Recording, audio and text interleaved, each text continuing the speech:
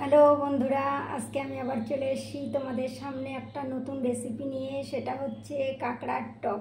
কাঁকড়ার টকটা আমি করব আম দিয়ে, এই টক আম দিয়ে। এই যে এখানে নিয়ে নিয়েছি ছোট্ট ছোট্ট দুখানা আম কুচি কুচি করে কেটে, আর এখানেও প্রায় 600 গ্রাম মতো কাঁকড়া আছে।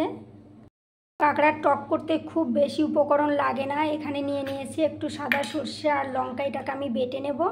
আর এখানে দুটো কাঁচা লঙ্কা, একটু মিষ্টি, আর ফোড়নের জন্য একটু পাঁচফোড়ন, আর কিছুই লাগবে না। কাঁকড়াটাকে একটু লবণ হলুদ দিয়ে মাখিয়ে নিই। এই যে মাখিয়ে নিলাম। এই যে আমটাকে আমি এদিকে পেস্ট করে নিয়েছি, আর এখানে হচ্ছে কিছু সর্ষে আর দুটো লঙ্কা, শুকনো লঙ্কা, আমি সেটাকেও পেস্ট করে নিলাম।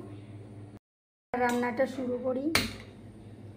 সর্ষের তেলেই করব, বেশি তেল লাগে না এটাতে। তেল গরম হয়ে গেছে, কাঁকড়াগুলোকে আগে ভেজে নেব।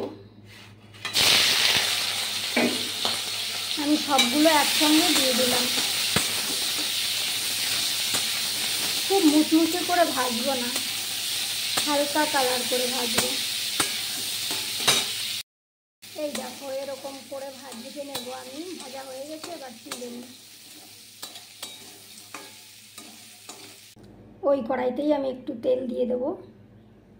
তেলটা গরম হয়ে গেছে, একটা শুকনো লঙ্কা ফোড়ন দিয়ে দেব।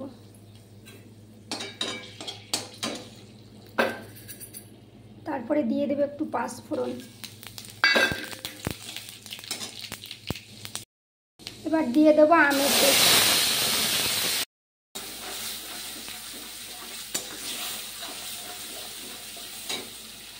পরিমাণ মতো লবণ, পরিমাণ মতো হলুদ দিয়ে দিলাম।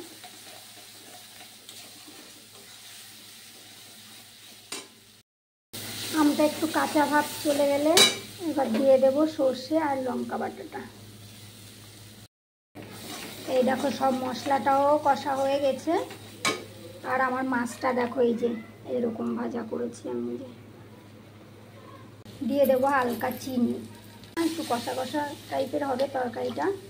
আর গরমের দিনে সব রকম সবজির মাঝে এরকম একটা টক ধরনের তরকারি থাকবে, এর থেকে ভালো কিছু হয় না, মুখে রুচি বাড়িয়ে দেবে। দিয়ে দেবো দুটো কাঁচা লঙ্কা চেরা। ঝোলটা ফুটে উঠেছে, এবার আমি মাছটা দিয়ে দেব।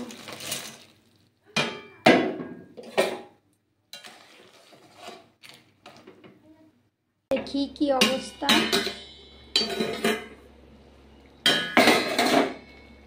এই যে তরকারি পুরো রেডি। এবার এই দেখো তরকারিটা আমি নামিয়ে নিয়েছি। আর এই রেসিপিটা তোমরা যে কোনো টক দিয়ে করতে পারো, যেরকম দেশি আমড়া, তেঁতুল, আম।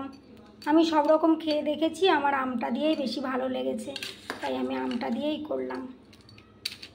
রেসিপিটা ভালো লাগলে তোমরা তো করে খাবেই, তার সঙ্গে সঙ্গে আমাকে লাইক, কমেন্ট, শেয়ার করো আর ফলো করো। টাটা।